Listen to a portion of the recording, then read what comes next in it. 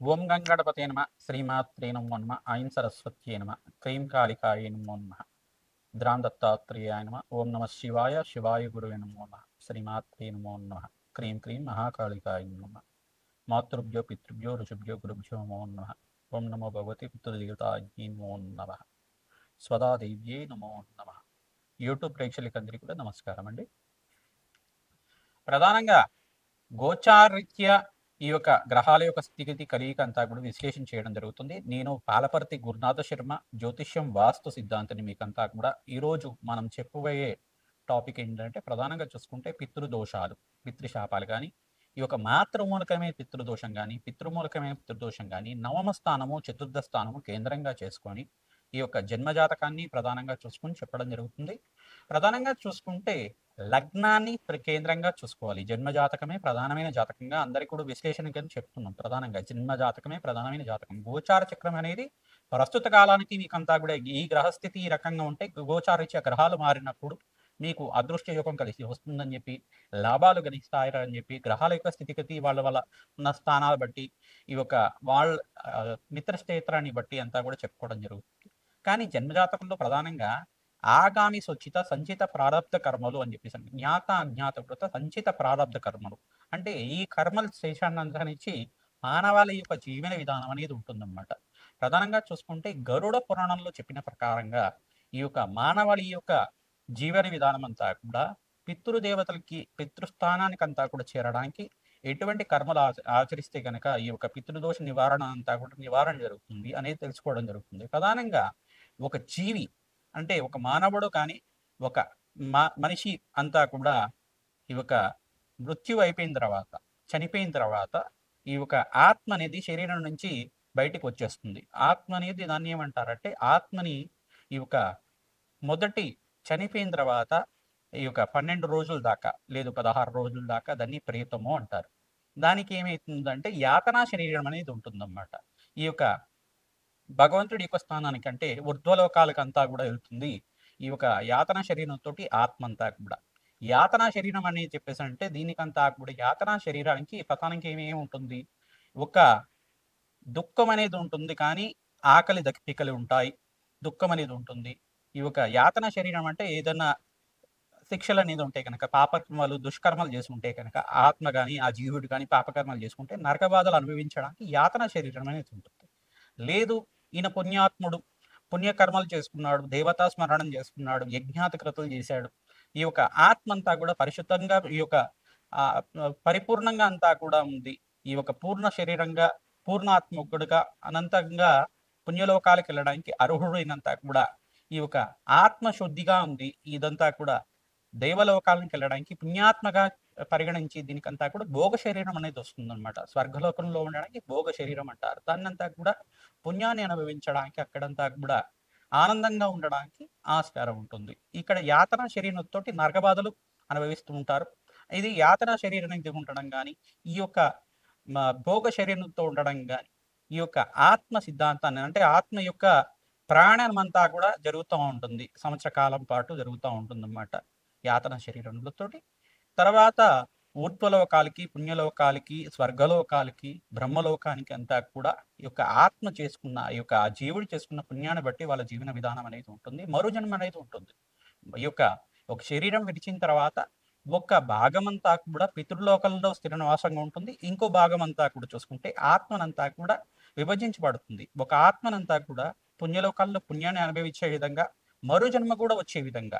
మరి ఒక జీవాన్ని వదిలిపెట్టిన తర్వాత మరో జన్మ కూడా రావాలి కదా. అయితే ఈ యొక్క ఆత్మ అనేది యొక్క కర్మన్నంతా కూడా అనుభవించే విధంగా, కర్మ సిద్ధాంతాన్ని అనుభవించే విధంగా ఉంటుందన్నమాట. పూర్వజన్మలో చేసుకున్న పుణ్యము, ఇహజన్మలు చేసుకున్న పుణ్యాన్ని బట్టి జీవన విధానం ఉంటుంది. ప్రధానంగా పితృదేవతలంతా కూడా మోక్షకారకులు, ప్రధానంగా వంశాభివృద్ధి కారణమవుతారు.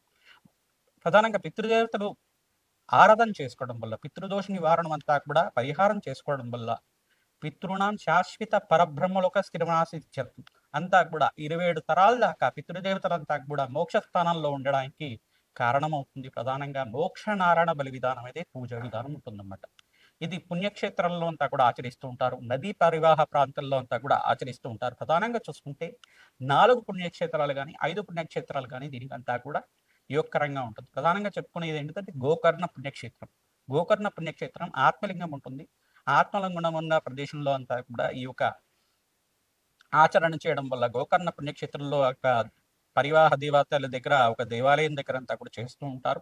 నదీ ప్రవాహం దగ్గర అంటే సముద్ర మార్గం దగ్గర అంతా కూడా చేస్తూ ఉంటారు కావున ఈ పుణ్యక్షేత్ర ప్రాంతంలో అంతా కూడా అత్యంత పుణ్యప్రదంగా మోక్ష నారాయణ బలి విధానం చేయించుకోవడం, తిల హోమాన్ని ఆచరించడం వల్ల జన్మజాతకంలో మీకు పితృదోషం కానీ పితృశాపం కానీ ఉంటే గనక ఈ పరిహారం ఆచరించుకుంటే పితృణాం శాశ్వత పరబ్రహ్మ స్థితిమాసిచ్చేత్తం అని చెప్పేసి అని వేదం అంటుంది కనుక ఈ యొక్క పితృదేవతల ప్రీతికరంగా 4 తరాల వాళ్ళ పేర్లంతా కూడా మద్వంశాణం, మాతృవంశాణం.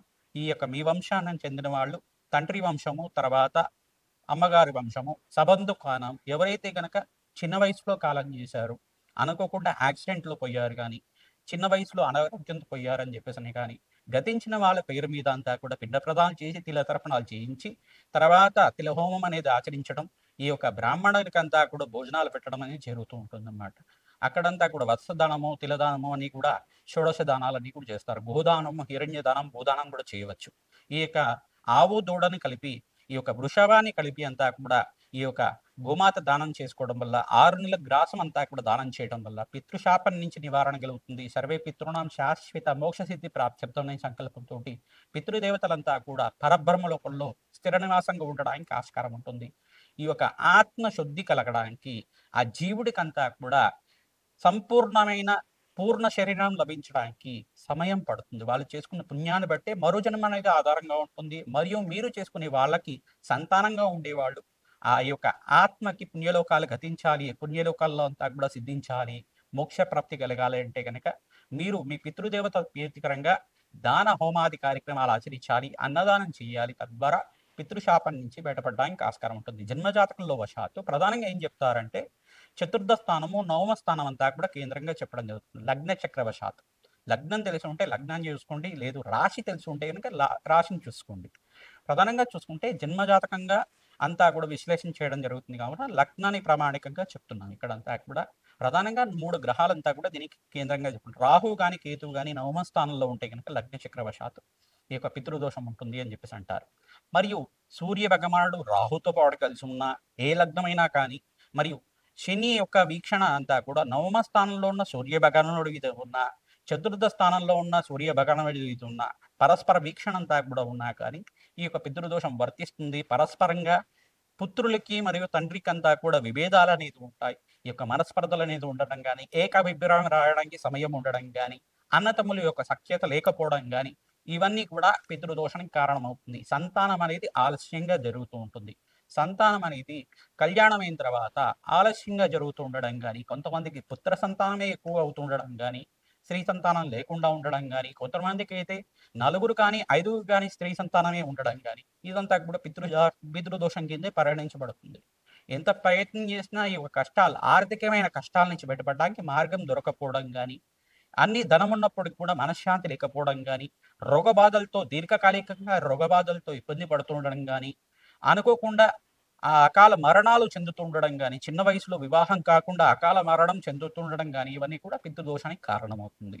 ఈ దోషం నుంచి పరిహారం కావాలి అంటే గనక, మేము చెప్పే పరిహారం అంతా కూడా విశ్లేషణ చేసుకుంటూ ఉండండి. తర్వాత మీకంతా కూడా పరిహారం చెప్పడం జరుగుతుంది. మీకంతా కూడా చెప్పిన పరిహారం మీరంతా కూడా పాటిస్తే గనక పితృదోషము, పితృశాపము, మాతృమూలికమైన దోషం గాని బయటపడడానికి ఆస్కారం ఉంటుంది. వృషభ రాశి జాతకులకి మీ జన్మ జాతకం లగ్న చక్రవశాత్తు వృషభ లగ్నం గాని, వృషభ రాశి జాతకులు గాని లగ్నం తెలిసి ఉంటే లగ్నాన్ని చూసుకోండి.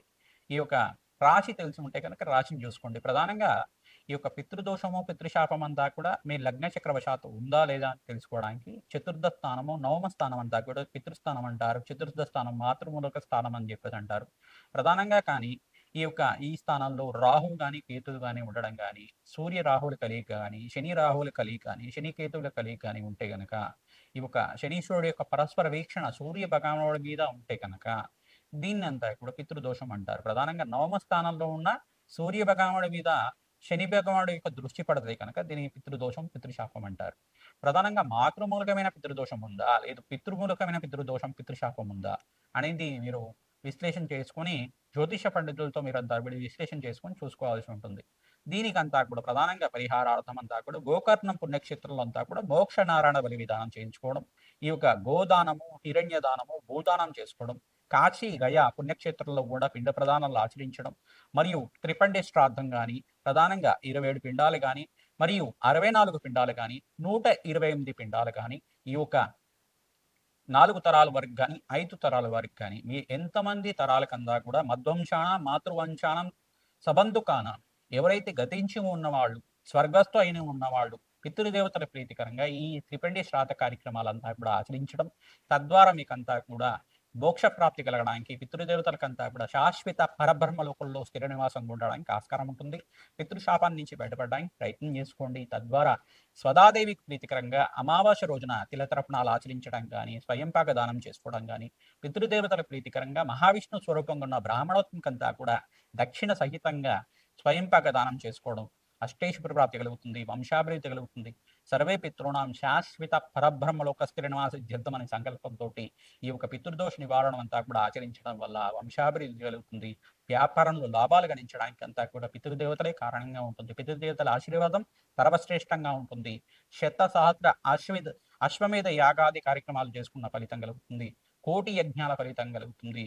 అతిరాత్రి అవాజ్యపేయ శాంతపన బ్రహ్మయజ్ఞాది ఫలితం అంతా కూడా పితృదేవతల ఆశీర్వాదం చేసుకోవడం వల్ల, పితృదేవతల ఆరాధన చేయడం వల్ల మీకు పుణ్యప్రాప్తి కలుగుతుంది. కోటి యజ్ఞాల ఫలితం కలుగుతుంది మీకంతా కూడా. తద్వారా ఎవరైతే కనుక పితృదోషం నుంచి బయటపడడానికి ప్రయత్నం చేస్తున్నారో మీరంతా కూడా ప్రధానంగా మీ జన్మజాతకం అంతా కూడా జ్యోతిష పండితులతో చూపించుకొని పరిహారం ఆచరించడం వల్ల, పుణ్య కార్యక్రమాలు ఆచరించడం, తిల హోమాన్ని చేసుకోవడం వల్ల అత్యంత పుణ్యప్రదంగా ఉంటుంది. అష్టైశ్వర ప్రాప్తి అవుతుంది. పితృదోష నివారణ కలగడానికి ఆస్కారం ఉంటుంది. శ్రీమాత్రే నమ. మేషాది ద్వాదశ రాశుల వాళ్ళు ప్రధానంగా జాతకాన్ని ప్రధానంగా కేంద్రంగా తీసుకుని మీ జాతకరీత్యా ఈ యొక్క లగ్న చక్రవశాత్తు పితృదోషం గాని, పితృశాపం గాని, మాతృమూలమైన శాపం గాని, స్త్రీ శాపం గాని ఉందా లేదా నిర్ధారణ చేసుకోవాల్సి ఉంటుంది. మేము చెప్పే పరిష్కారం ఆచరించడం వాళ్ళకి రాజ్యయోగం సిద్ధిస్తుంది, అష్టేశ్వరి యోగం కలుగుతుంది, పుత్ర పౌత్రాది సమృద్ధి కలుగుతుంది, అష్టేశ్వర ప్రాప్తి కలుగుతుంది, మహాలక్ష్మి స్థిర నివాసంగా ఉండడానికి ఆస్కారం ఉంటుంది. ఆర్థికంగా రుణ బాధలు ఉన్నాయి, భూతగాథలు ఉన్నాయి, ప్రాపర్టీ డిస్ప్యూట్స్ అనేది ఉన్నాయి. కానీ ఇట్లాంటి కష్టాలు కానీ, దుఃఖాలు కానీ ఉంటే గనక ప్రధానంగా పితృశాపం కారణం అవుతుంది. మాతృమూలకమైన శాపం కలుగుతుంది. ప్రధానంగా ఆలస్య కన్యాలను అవుతుండడం కానీ, ప్రధానంగా డైవర్స్ కేసెస్ ఎక్కువగా అవుతుండడం కానీ, ఇది కూడా పితృదోషం, పితృశాపం కింద అవుతూ ఉంటుంది అన్నమాట. దీన్ని స్త్రీ శాపం కూడా అంటారు.